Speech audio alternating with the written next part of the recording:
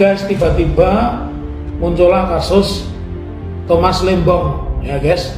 Menurut saya Thomas Lembong ini intercept dan ini sangat pesanan. Kenapa? Karena impor gula ini terjadi pada tahun 2015-16 dan saat itu Thomas Lembong itu persoalannya administrasi, jadi sama sekali bukan korupsi. Nah oleh karena itu guys, jangan mau diarahkan atau displit perkara ini, diintercept lebih tepatnya, tiba-tiba konsentrasi kita kepada Thomas Lembong, tapi tetaplah berkonsentrasi kepada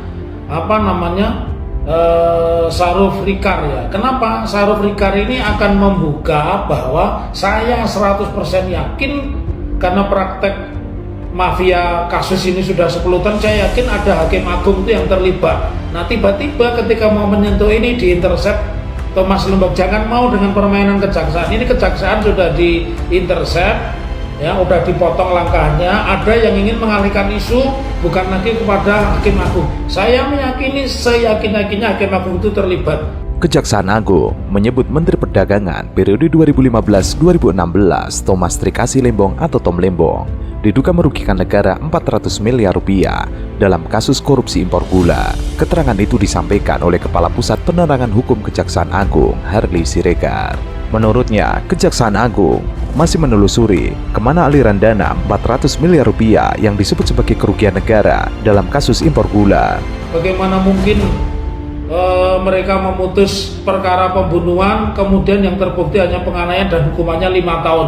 Secara hukum, hakim ini layak ditangkap. Kenapa? Karena menurut pengakuan Saruf Rikar, dia sudah ketemu salah satu hakim meski belum menyerahkan uang, dan dia sudah terima 1 miliar yang namanya Markus Saruf Rikar ini guys. Jadi jangan mau dijebak perkara ini berhenti ke Thomas Lembong yang kasus abal-abal, tapi tetaplah konsentrasi. Dan saya yakin selama 10 tahun ini akan melibatkan menteri, ya, melibatkan tokoh politik, melibatkan konglomerat dan hakim-hakim agung yang lain. Saya yakin itu. Kejaksaan mengatakan nilai kerugian negara dalam kasus ini mencapai sekitar 400 miliar rupiah.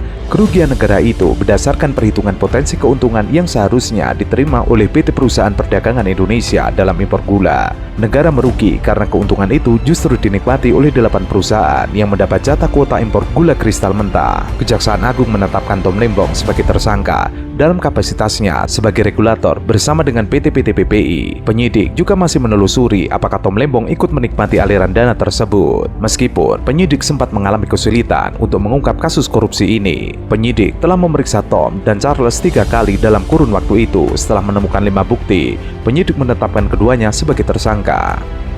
Besarnya impor itu ditentukan dari perkiraan produksi tahun 1 tahun oleh Kementerian Pertanian, kemudian dari perkiraan kebutuhan yang biasanya dipakai adalah dari BPS, kemudian dirapatkan dan ditetapkanlah jumlah impor yang dibutuhkan masing-masing komoditas tersebut.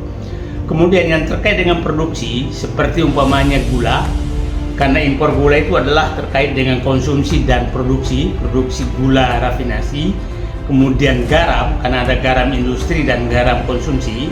Itu biasanya datanya diperoleh dari Kementerian Perindustrian dan Kementerian dan BPS untuk dilihat berapa sebenarnya kekurangan tahun ini, tahun tersebut, kemudian ditetapkan berapa impornya dan mekanisme impornya juga dibahas seperti itu. Nah, itu prosedurnya sebenarnya. Jadi khusus gula artinya itu adalah rapat koordinasi antara Kementerian Perdagangan, Kementerian BPS dan Kementerian Perindustrian. Sementara itu, Said Didu menuding bahwa penyidikan kasus dugaan korupsi impor gula yang dilakukan oleh Kejaksaan Agung sangat tidak kompeten. Hal ini disampaikan Said lantaran menilai bahwa tidak hanya Tom Lembong yang melakukan impor gula saat menjadi Menteri Perdagangan pada 2015 silam. Beberapa mendak era rezim Jokowi diketahui juga terlibat dalam impor gula dengan kuota yang bahkan melebihi Tom Lembong. 6 mendak selama pemerintahan Jokowi melakukan impor berbagai komoditas jauh lebih besar dari yang dilakukan oleh Tom Lembong. Said juga mengungkapkan beberapa fakta bahwa kasus impor gula oleh ex-Menteri Perdagangan tersebut tidak layak untuk dilanjutkan. Sebab Said Didu menilai bahwa mekanisme yang dilakukan oleh Tom Lembong dalam pengelolaan impor gula sudah sebagaimana semestinya. Kita bahas tentang apa kejanggalan daripada proses penetapan tersangka Tom Lembong. Kita lihat Tom Lembong itu adalah menteri tahun 2015-2016 dan baru diperiksa akhir 2023. Artinya itu 9 tahun baru diperiksa. Yang anehnya yang diperiksa itu hanya Menteri Perdagangan Tom Lembong dari 6 menteri yang Menteri Perdagangan selama selama pemerintahan Jokowi. Nah, yang kedua kejanggalan lain adalah bahwa pemeriksaannya bertepatan dengan aktivitas Tom Lembong sebagai co-captain daripada tim Anies tahun Oktober 2023, karena proses ini adalah proses tahun 2023 bulan Oktober. Nah, yang menarik lain adalah bahwa penggeledahan saat itu tahun akhir 2023, penggeledahan Kementerian Perdagangan, menterinya adalah Zulkifli Hasan, yang kita tahu bahwa berseberangan politik dengan Tom Lembong, yaitu tim Anies dan tim Prabowo Gibran.